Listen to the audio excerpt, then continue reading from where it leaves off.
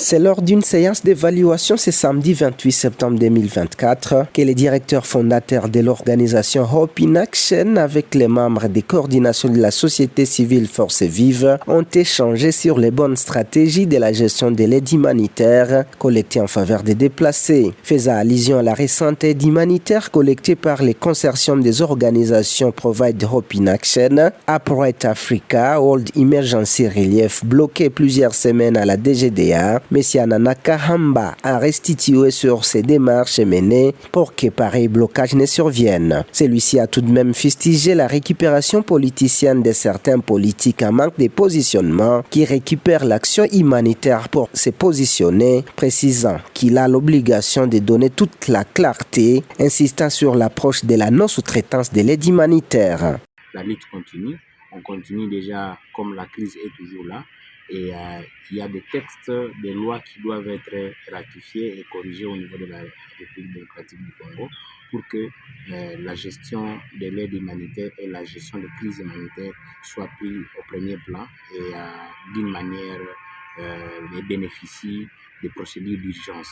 Parce que ce sont des situations anormales, d'urgence, et qui doivent être traitées de manière aussi urgente pour qu'on puisse sauver des vies humaines.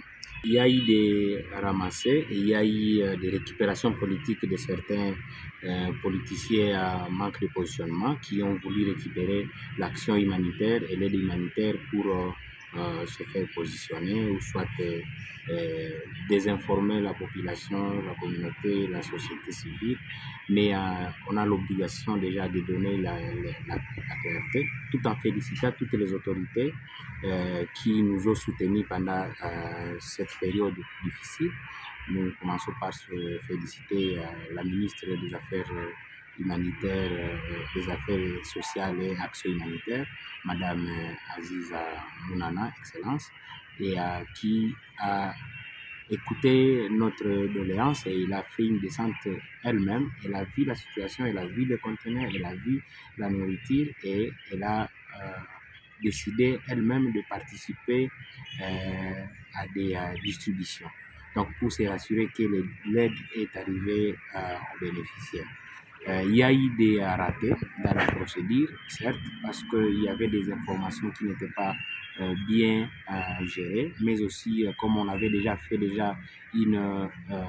donc le ciblage et on avait une base de données déjà des bénéficiaires qui devraient avoir.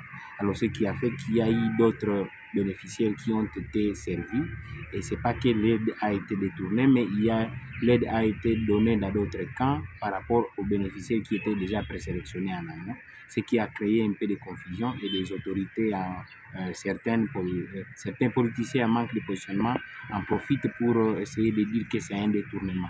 Alors nous qui ont été sur terrain avec la société civile, aujourd'hui c'est une réunion d'évaluation avec les autres membres de la société civile pour essayer de réfléchir d'autres stratégies pour un peu d'autres lots, des dons qui sont toujours en cours et ceux qui sont encore au niveau des installations douanières. Une bonne nouvelle, les collectifs des associations congolaises de la diaspora en Belgique a collecté d'importants dons dont les premiers conteneurs viennent malheureusement de passer 3 mois dans les entrepôts de la DGDA à Goma, les discussions étant en cours pour décanter cette question. Oui, comme vous le savez, ce qu'on est en train de faire, on n'est pas en train de faire le triomphalisme. On est en train de plaider une cause pour toute l'humanité congolaise et pour tous les autres acteurs humanitaires qui sont en train d'intervenir, surtout les acteurs locaux. Parce que notre approche est qu'on ne doit pas sous-traiter l'action humanitaire en République démocratique du Congo. C'est nous qui sommes victimes, nous devons être en face du gouvernement par les organisations nationales doit vraiment renforcer cette collaboration parce que nous devons être à la première ligne pour résoudre un peu ces problèmes. Alors, il y a d'autres dons qui sont venus. Il y a les collectifs des associations congolaises de la diaspora congolaise qui sont en Belgique, en Europe, et qui ont collecté aussi des dons. Et des dons, chacun a donné ce qu'il peut avoir. Il y a des friperies, il y a des sardines, il y a des médicaments, il y a des tentes, Donc il y a plusieurs articles qui sont venus dans des conteneurs. Il y a un qui est arrivé, malheureusement aussi, qui est de fait encore 3 mois. Mais là, on est en parfaite collaboration avec la DGDA et les autorités nationales et provinciales pour qu'on puisse bien gérer cette question et que chaque partie prenante puisse jouer bien son rôle. Nous étions avec le directeur de cabinet du gouverneur pour essayer de discuter sur la question. Il nous a donné des orientations que nous sommes en train de faire et nous espérons notre projection est que déjà la semaine que nous commençons puisse être la dernière semaine pour que les bénéficiaires puissent avoir leurs dons.